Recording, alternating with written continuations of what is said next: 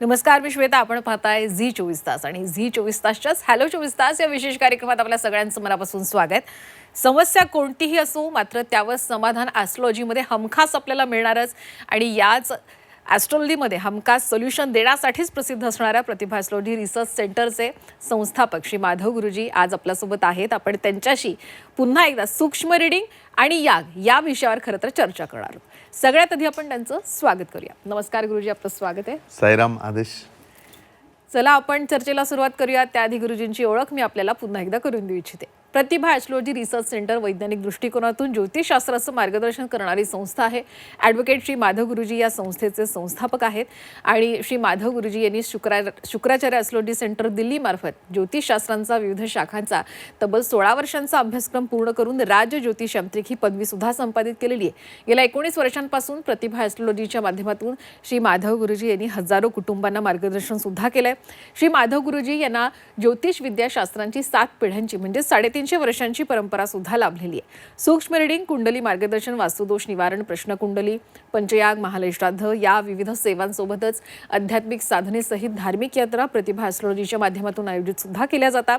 चारधाम यात्रा, नर्मदा परिक्रमा, तिरुपती कोल्हापूर यात्रा, हम्पी यात्रा, पंढरपूर यात्रा, गिरनार यात्रा याशिवाय कैलास मानसरोवर अशा विविध यात्रा वर्षभर नियोजित केल्या जातात. स्वतः ॲडव्होकेट माधव गुरुजी हे यात्रेमध्ये सहभागी असतात आणि देवदर्शनासोबतच सर्व आवश्यक धार्मिक विधीसुद्धा सर्व यजमानांकडून सुद्धा करून घेतले जातात, जेणेकरून त्यांच्या आयुष्यातील अडचणींवर ते सहज मात करू शकतील आणि सुखाचा मार्ग सुद्धा मोकळा होऊ शकतो. पनवेल या सेंटरवर सोमवार, मंगळवार आणि शुक्रवार या दिवशी तर प्रत्येक शनिवारी दादर आणि रविवारी पुणे इथं आपण गुरुजींना भेटू शकता. गुरुजींचं शिक्षण क्षेत्रात सुद्धा मोठं योगदान आहे. बाबा इंटरनॅशनल नावाची स्वतःची CBSE स्कूल आहे. श्री माधव गुरुजी यांची एक विशेष ओळख मला आपल्याला करून द्यायची, ते म्हणजे ते आता नर्मदा तटवासी सुद्धा आहेत. ओंकारेश्वरला माधव स्पर्श शक्तिपीठ प्रतिष्ठान नावाचा त्यांचा स्वतःचा आश्रम आहे. अध्यात्माचा प्रसार आणि प्रचार करण्याचा हेतू आहे. तसंच सुनीता उल्हास गोरक्षणी या गोशाळेच्या माध्यमातून गोमातेच्या सेवेसाठी आणि गोरक्षणासाठी सुद्धा मोठ्या प्रमाणात माधव स्पर्शमध्ये काम सुरू असतं. चला तर मग तुमच्या आयुष्यातील विविध प्रश्नांवरच आजच्या या कार्यक्रमामध्ये आपण चर्चा करणार आहोत. गुरुजी, आपण सूक्ष्म रिडिंग याविषयी मागच्या काही कार्यक्रमामध्ये चर्चा केली होती. अनेक प्रेक्षकांना खरं तर उत्सुकता आहे आणखीन याबद्दल जाणून घ्यायची. आता प्रत्येकाच्या मनात भीती ही असतेच, काही ना काही स्वतःबद्दल शंका या असतातच. तर या सगळ्यांवर सूक्ष्म रिडिंगच्या माध्यमातून मग मात करता येऊ शकते का? आत्ताच्या कालावधीमध्ये मॅडम बघितलं तर प्रत्येक माणसाच्या मनामध्ये प्रचंड भीती आहे.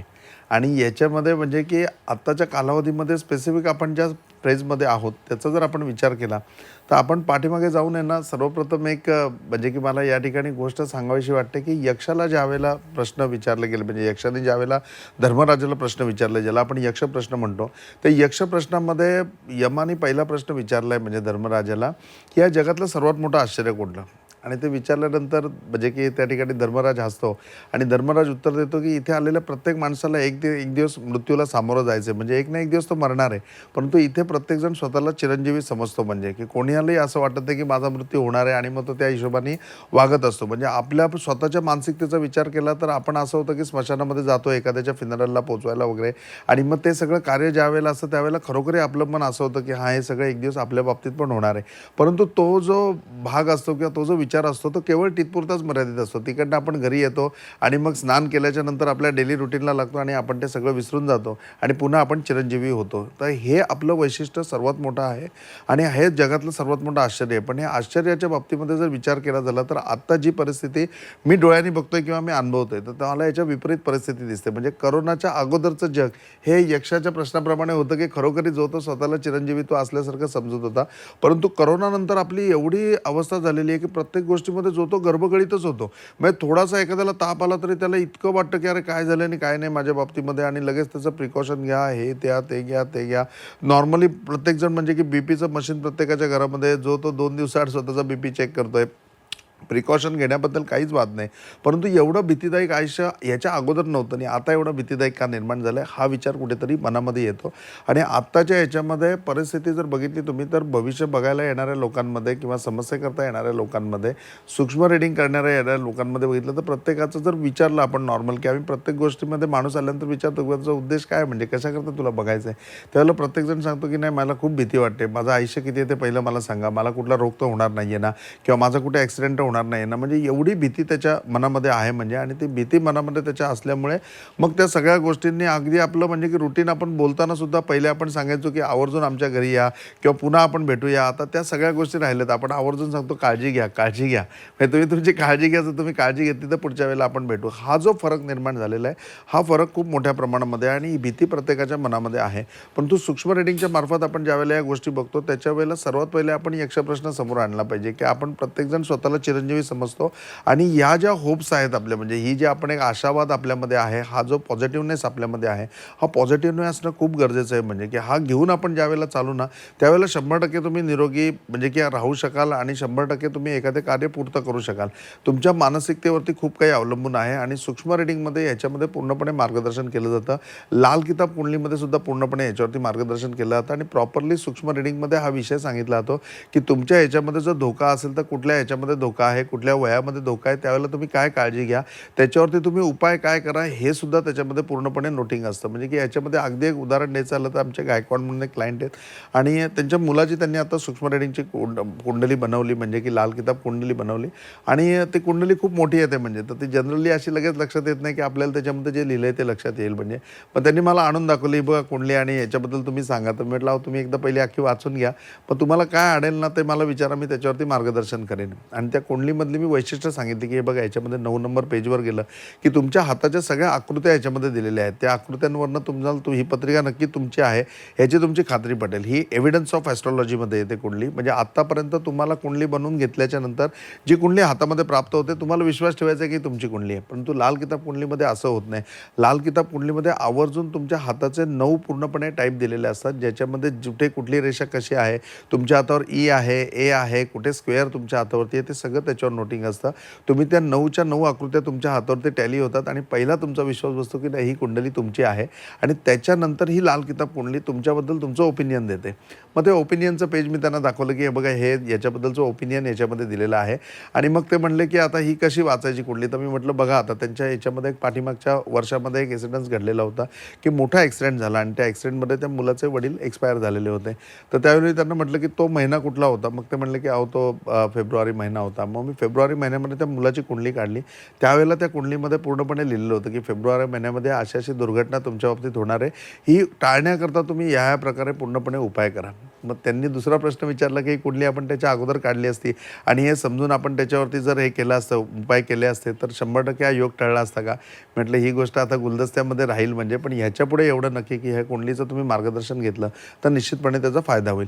सूक्ष्म रेटिंगचं जवळजवळ आरसा ह्या कुंडलीमध्ये येतो आणि सूक्ष्म रेटिंगमध्ये सुद्धा हेच येतं की तुमच्या बाबतीत होणारी जी गोष्ट असेल ती गोष्ट तुम्हाला पहिलेच माहिती होतं की हे तुमच्या बाबतीत होऊ शकतं.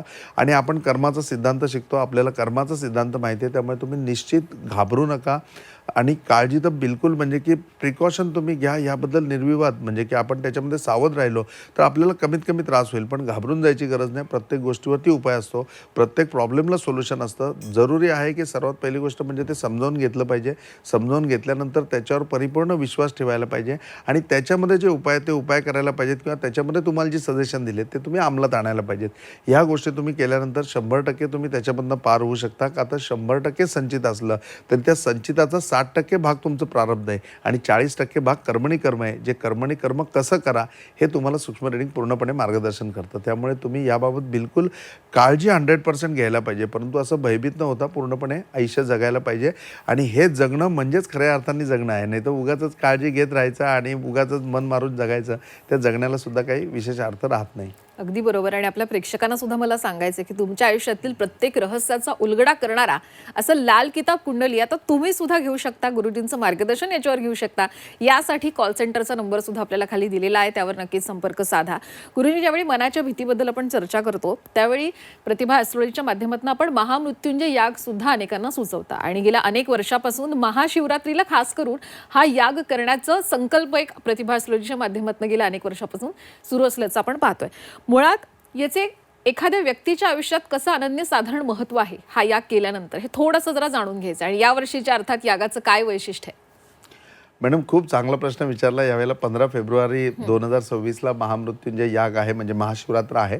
आणि महाशिवरात्रीचं जर पंचांग बघाल तुम्ही, तर या पंचांगामध्ये आवर्जून व्यतिपात योगावरती महाशिवरात्र आलेली आहे. म्हणजे योग जो आहे तो व्यतिपात नावाचा योग आहे. त्याचबरोबर त्या ठिकाणी विष्टी नावाचं करण आलेलं आहे. म्हणजे आणि मकर राशीमध्ये पूर्णपणे महाशिवरात्र आहे. त्या दिवशी मकर राशी उदितमध्ये आहे आणि उत्तर आषाढ नक्षत्र त्या दिवसाच्या याच्यामध्ये आहे.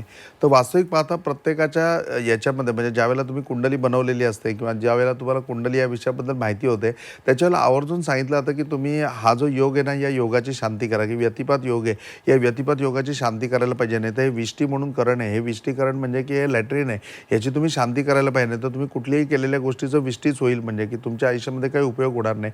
आणि मग विष्टीकरण शांती, मग व्यतिपात शांती, अशा वेगवेगळ्या शांती आपण करत बसलो तर अशा भरपूर शांती आहेत. परंतु ह्या सगळ्या शांतींच्या व्यतिरिक्त तुम्ही एक जर महामृत्युंजय याग केला, तर त्या महामृत्युंजय यागामध्ये या सगळ्याची पूर्णपणे शांती होते. हा पहिला भाग येतो. त्यामुळे महामृत्युंजय याग याला अनन्यसाधारण महत्त्व याच्याकरता आहे की प्रत्येकाच्या जीवनामध्ये तुमचं काही ना काही, म्हणजे कुणाचं नक्षत्र चुकीचं असेल, म्हणजे चुकीचं म्हणण्यापेक्षा ते नक्षत्र तुम्हाला सूट होत नसेल किंवा त्याच्यामध्ये कुठल्या विशिष्ट चरणात तुमचा जन्म झाला असेल, एखाद्याचा मूळ नक्षत्रामध्ये जन्म झाला असेल पण आता त्याची नक्षत्र शांती नाही केलेली आणि मग त्याच्या मनामध्ये ती शंका आहे की बाबा त्याच्यामुळे माझ्या आयुष्यामध्ये प्रॉब्लेम येतो. एखाद्याचा व्यतिपात योग आहे, एखाद्या पत्रिकेमध्ये गंड योग आहे, एखाद्या पत्रिकेमध्ये म्हणजे की विष्टीकरण आहे आणि मग याची शांती राहिली म्हणून माझ्या जीवनामध्ये काही समस्या आहेत का, मग ही शांती आता मी केली तर चालेल का. या सगळ्या शांती करण्यापेक्षा एक महामृत्युंजय याग तुम्ही केला तर या सगळ्यातून तुम्ही पूर्णपणे पार पडू शकता. दुसरं अनन्यसाधारण महत्त्व असण्याचं कारण असं आहे की जसं मॅक्झिमम माणूस दाम्पत्य जीवनामध्ये आयुष्य व्यतीत करतो आणि दाम्पत्य जीवनामध्ये ज्यावेळेला खरोखरी याचं मार्गदर्शन होतं त्यावेळेला तो आवर्जून त्याची पत्रिका बघायला जातो आणि मग ज्योतिषी त्या ठिकाणी सांगतात की तुमच्या बायकोची आणि तुमची पत्रिका जुळत नाही. तो म्हणतो हे मी रोज संसारात अनुभवतोयच की आमची पत्रिका जुळत नाही. मग पत्रिका जुळत नाही, मग त्याच्यामध्ये कधी म्हणजे गंडांतर योग आहे, कधी त्या दोघांची एक नाडी आहे, कधी त्या दोघांचं म्हणजे पूर्णपणे योनी मॅच होत नाही आहे किंवा बुकुट मॅच होत नाही आहे आणि अशा प्रकारच्या ज्यावेळेला समस्या असतात त्याच्या वेळेला याच्यावरती सोल्युशन काय, म्हणजे हे ज्यावेळेला विचारलं जातं, याच्यावरती समाधान म्हणून काय विचारलं जातं, तर त्यावेळेला त्याच्यावरती महामृत्युंजय याग हे त्याच्यावरती समाधान आहे आणि महामृत्युंजय यागामध्ये या सगळ्या योगांची पूर्णपणे शांती केली जाते. दुसरी गोष्ट म्हणजे की वयाचे जे विशिष्ट टप्पे आहेत की तुम्ही 40मध्ये आहात, तुम्ही 50मध्ये आहात, तुम्ही 60मध्ये आहात, तुम्ही 70मध्ये आहात, तुम्ही 80मध्ये आहात, याच्यामध्ये जेवढ्यापैकी तुम्ही शांती करता, म्हणजे तुम्ही अगदी सहस्त्रचंद्रदर्शन 16 असो नाही तर मग 60 शांती असो, या सगळ्यामध्ये तुम्ही जो याग करता तो महामृत्युंजय यागच असतो. मग त्याच्यामध्ये कुठे त्याला मार्कंडेय म्हणून यागाचं नाव आहे, कुठे आणखीन वेगळं नाव आहे, परंतु या सगळे जे आहेत ती महामृत्युंजय यागाचे अनुष्ठान आहेत आणि आपण या अनुष्ठानामध्ये जवळजवळ 27 प्रकारचे अनुष्ठान महामृत्युंजय यागाची येतात. या 27मध्ये म्हणजे 27 नक्षत्रांप्रमाणे 27 अनुष्ठान आहेत. ह्याच्यामधलं सर्वात श्रेष्ठ अनुष्ठान जर कुठलं असेल तर ते म्हणजे की मृत्यू संजीवन अनुष्ठान आहे, म्हणजे मृतसंजीवन अनुष्ठान त्याला म्हणतात. तर मृतसंजीवन अनुष्ठान जे आहे ते पूर्णपणे त्या अनुष्ठानामध्ये आपण हा महाशिवरात्रीला महामृत्युंजय याग संपन्न करतो आणि हे मृतसंजीवन अनुष्ठान आहे. हे मृतसंजीवन अनुष्ठानामध्ये ह्यातल्या कुठल्याही संकल्पाने तुमचा महामृत्युंजय याग असेल तर तो पूर्णपणे सफल होतो. आता महामृत्युंजय यागच का करायचा किंवा महामृत्युंजय यागानेच काय फळ मिळेल, तर त्यावेळेला मार्कंडेय ऋषींनी या गोष्टीवरती विचार केला आहे की ज्यावेळेला कलियुग असेल त्यावेळेला कलियुगामधल्या पत्रिकांचा ते अभ्यास करतात की ही ग्रहरचना असेल त्यावेळेला आपला स्वभाव आपल्या जीवनामध्ये आत्ता काय व्यतीत होतोय, आपण कुठल्या काळामधनं चाललो आहे, आपला प्रेझेंट कसा आहे, या सगळ्याचा विचार त्यावेळेला त्यांनी केलेला आहे. म्हणजे आणि त्याच्या वेळेला प्रामुख्याने त्यांनी हे लिहून ठेवलं आहे. जर तुम्ही मार्कंडेय संहिता काढली तर त्या संहितेमध्ये ते म्हणतात की कलियुगामध्ये माणसाच्या मनामध्ये दोनच गोष्टींचं भय असेल, म्हणजे आणि या भयामुळे तो त्याचा आत्मविश्वास किंवा त्याची निर्णय क्षमता या सगळ्या गोष्टीवरती पूर्णपणे इफेक्ट होईल. तो त्याप्रमाणे तेवढं प्रभावीपणे ते वापरू शकणार नाही. मग त्या बाबतीमध्ये कुठलं भय असेल तर पहिलं भय जे आहे ते लोक काय म्हणतील या गोष्टीचं मनामध्ये असेल आणि दुसरं भय हे स्वतःच्या मृत्यूबद्दल असेल की प्रत्येकजण आपापल्या जीवाची प्रचंड काळजी घेत असेल, म्हणजे आणि त्याबाबतच्या प्रत्येकाच्या शंका असतील. मग लोक काय म्हणतील या गोष्टीचा विचार आता आपण सोडूनच दिलेला आहे. म्हणजे आपल्याला माहिती आहे की कुछ तो लोक कहेंगे की लोक काहीतरी म्हणतील त्याच्यावरती आपण विचार करत नाही. हा सुद्धा पॉझिटिव्ह जसा इफेक्ट झाला आहे तसा मृत्यूच्या बाबतीमध्ये पण माणसाने विचार सोडायला पाहिजे की मृत्यू ही एक घडणारी घटना आहे, तो घडणारच आहे म्हणजे, पण तो घडणार आहे म्हणून आज आपला दिवस सॅड करण्यामध्ये काही अर्थ नाही. तर आपण पूर्णपणे आजचा दिवस आपलं आयुष्य हे एन्जॉय करायला पाहिजे, व्यवस्थित जगायला पाहिजे आणि ज्या उद्देशाने आपला जन्म आहे त्या उद्देशाकरता ते जगायला पाहिजे, जेणेकरून आपल्याला आनंद प्राप्त होईल. आणि मग तो आनंद प्राप्त होत असताना हे भय आपलं निघून जावं. प्रत्येक गोष्टीमध्ये आपल्याला पूर्णपणे म्हणजे की आपण सिक्युअर्ड राहावं, प्रत्येक वेळेला आपण पॉझिटिव्ह राहावं, प्रत्येक वेळेला एक एनर्जी आपल्यामध्ये राहावी, ह्याच्याकरता पूर्णपणे मार्कंडेय ऋषींनी त्या ठिकाणी महामृत्युंजय यागाची पूर्णपणे पिटिका नेमलेली आहे. आणि त्याप्रमाणे ज्याप्रमाणे मार्कंड संहितेमध्ये त्यांनी सांगितलं अगदी त्याप्रमाणे मृतसंजीवन अनुष्ठानामध्ये हा याग आपण संपन्न करतो. म्हणजे याग करत असताना त्याच्यामध्ये विशिष्ट की आता ह्या सगळ्याला ज्या वेळेला उत्तर आषाढ नक्षत्र येत आहे, व्यतिपात योग येत आहे आणि विष्टीकरण मी सांगतोय ते शब्द ओळखीचे आहेत, पण ह्या सगळ्यामुळे त्या महाशिवरात्रीमध्ये काय वेगळं येणार, तर ह्या महाशिवरात्रीला पर्वणी महाशिवरात्र आहे. तर पर्वणी महाशिवरात्र म्हणजे काय, तर याच्यामध्ये तुम्ही शिवलिंग हाताने बनवलेल्या म्हणजे ज्याला आपण म्हणतो मृतिकेचं जे शिवलिंग येतं म्हणजे की स्वयंभू आपण बनवलेलं असतं, आपल्या हाताने बनवलेलं असतं, मातीपासून बनवलेलं असतं, त्या शिवलिंगाला अनन्यसाधारण महत्त्व आहे. आणि ते शिवलिंग बनवून तुम्ही महाशिवरात्रीच्या दिवशी पूजन केलं, त्याच्यावरती जशी तुम्हाला जमेल तशी पंचोपचार पूजा केली किंवा षष्टोपचार तुम्ही पूजा केली आणि मग त्याच्यानंतर त्याची आरती नैवेद्य वगैरे जे काही आपल्या मनामध्ये आहे त्याप्रमाणे करून आपण त्याचं विसर्जन केलं, तर त्याचं पूर्ण पुण्य आपल्याला प्राप्त होईल. की त्याच्यामुळे आपल्या जीवनामध्ये एखादा कठीण प्रसंग असेल, एखादं दुःख आपल्या जीवनामध्ये असेल, तर 100% तुम्ही त्याच्यामधनं पूर्णपणे फ्री व्हाल, त्यापासून तेवढं पुण्य तुमच्यामध्ये निर्माण होईल. तर आपण ह्या म्हणजे की ज्यावेळेला महामृत्युंजय याग होणार आहे महाशिवरात्रीला, त्याच्या वेळेला हा ओंकारेश्वर क्षेत्रामध्ये होणार आहे, माधव स्पर्शमध्ये होणार आहे, अर्थातच नर्मदेच्या तटावरती होणार आहे. आणि नर्मदेच्या तटावरती ओंकारेश्वर क्षेत्रामध्ये मांधाताचं ज्या ठिकाणी भूमी आहे की ज्या मांधाताच्या भूमीवरती हा संपन्न होणार आहे, त्याच्या वेळेला 1,00,000 शिवलिंगांचं आपण पूजन करणार आहे. म्हणजे ह्या यागामध्ये ज्यावेळेला आपण समर्पित असाल, या यागामध्ये ज्यावेळेला तुम्ही सहभाग घ्याल, त्याच्यावेळेला तुमच्या हातून पहिला काय कार्यक्रम होईल तर 1,00,000 शिवलिंगांचं पूजन होईल. आणि हे पूजन झाल्याच्या नंतर पूर्णपणे षोडोपचार त्याची पूजा करून झाल्याच्या नंतर नैवेद्य झाल्याच्या नंतर मग आपण यागाला सुरुवात करणार आहे. म्हणजे महामृत्युंजय यागामध्ये ज्यावेळेला आपण ह्या कार्यक्रमामध्ये किंवा आपण ज्यावेळेला महाशिवरात्रीच्या दिवशी ह्या कार्यक्रमामध्ये सहभाग घेऊ, त्याच्या वेळेला ह्या संपूर्ण योगाचं म्हणजे त्यावेळच्या पंचांगानुसारचं जी काही स्थिती, जी काही पर्वणी या महामृत्युंजय यागाची आहे किंवा महाशिवरात्रीची आहे, तो विधी आपला पूर्णपणे होईल. आणि समजा तुम्हाला नाही सहभागी होता आलं, तुम्ही घरी जरी असाल तरी आवर्जून महाशिवरात्रीच्या दिवशी तुम्ही मातीचं शिवलिंग, तुमच्याकडे जी माती अवेलेबल असेल तिचं बनवा आणि अगदी मनोभावे त्याचं पूजन करा. अगदी ओम नमः शिवाय ह्या पंचाक्षरी मंत्राचा जप तुम्ही केला आणि शिवाचं बेल वाहून त्याच्यानंतर जे काही तुमच्याकडे दूध पाणी अवेलेबल असेल त्याच्याने पूर्ण अभिषेक तुम्ही केलात आणि व्यवस्थित आरती करून नैवेद्य दाखवलात, तर 100% तुम्हाला तेवढंच महत्त्व प्राप्त होईल. आणि संध्याकाळच्या आतमध्ये म्हणजे सूर्यास्ताच्या आतमध्ये त्या शिवलिंगाचं तुम्हाला विसर्जन करायचं आहे. विसर्जन करताना सुद्धा आरती करायची आहे, नैवेद्य दाखवायचं आहे, त्याच्याबरोबर काही जसं आपण शिदोरी देतो तसं शिदोरी म्हणून दहीभात म्हणा किंवा दूध पोहे म्हणा असं किंवा दही पोहे म्हणा असं बरोबर द्यायचं आहे आणि त्याचं विसर्जन करायचं आहे. एवढा विधी जरी तुम्ही केलात तरी ही महाशिवरात्र तुमच्याकरता खरोखरी एक पर्वणी ठरेल.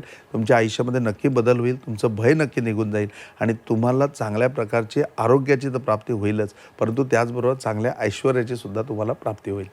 अगदी खरंच खूप छान वर्णन केलं तुम्ही. आता शेवटचा प्रश्न, शेवटची 2 मिनिटं राहिली आहेत म्हणून तुम्ही इतकं छान माधवस्पर्श आश्रमाबद्दल सांगते, आपल्या प्रेक्षकांना सुद्धा उत्सुकता लागली असेल की कधी आश्रम हा मी बघतोय. आणि आपल्या वेगवेगळ्या कार्यक्रमाच्या माध्यमातून आपण माधवस्पर्शला हे जातच असतो, जसं आता महालय श्राद्ध सुद्धा झालेलं आहे. तर मुळात माधवस्पर्श आश्रम हा सुरू करण्याच्या मागचा आपला हेतू काय आहे आणि आपले प्रेक्षक यामध्ये कसे सहभागी होऊ शकतील आपल्या उपक्रमामध्ये?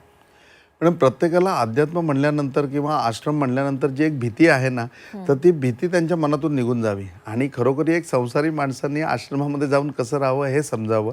आपल्या प्रत्येकाच्या आयुष्यामध्ये असं आहे ना की स्वतःवरती प्रेम करायला तुम्ही आता विसरूनच गेलेले आहात. म्हणजे सेकंड थिंग म्हणजे सोशल मीडियावरती आपले एवढे फॉलोअर्स झालेले आहेत, परंतु खरोखरी एखादा प्रसंग आला ना तर फक्त भावपूर्ण श्रद्धांजली एवढं आपण टाकून मोकळे होतो. खरोखरी त्याच्यावर जे प्रसंग येतात तर त्याच्यावरती त्याला रडायचं झालं, कुणाच्या खांद्यावरती डोकं ठेवावं आणि मनसोक्त रडावं किंवा आपल्या भावना व्यक्त कराव्या, तर आत्ताच्या जगामध्ये त्याच्याकरता माणूसच अवेलेबल नाही आहे.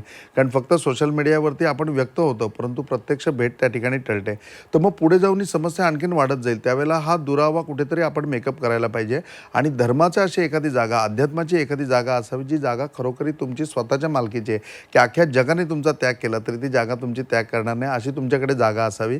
आणि ती जागा जसं आपल्या वडिलांचं घर असतं, आपण हक्काने म्हणतो नाही हे माझ्या वडिलांचं घर आहे, इथे मला कोणी रोखू शकत नाही, तर तशी जागा तुमच्याकडे असावी. प्रत्येकाचं म्हणणं असतं मला अध्यात्मामध्ये ना मला शांती पाहिजे, पण शांती आत्म्याची असते, शांती शरीराला सुद्धा हवी असते आणि शांती मनाला सुद्धा हवी असते.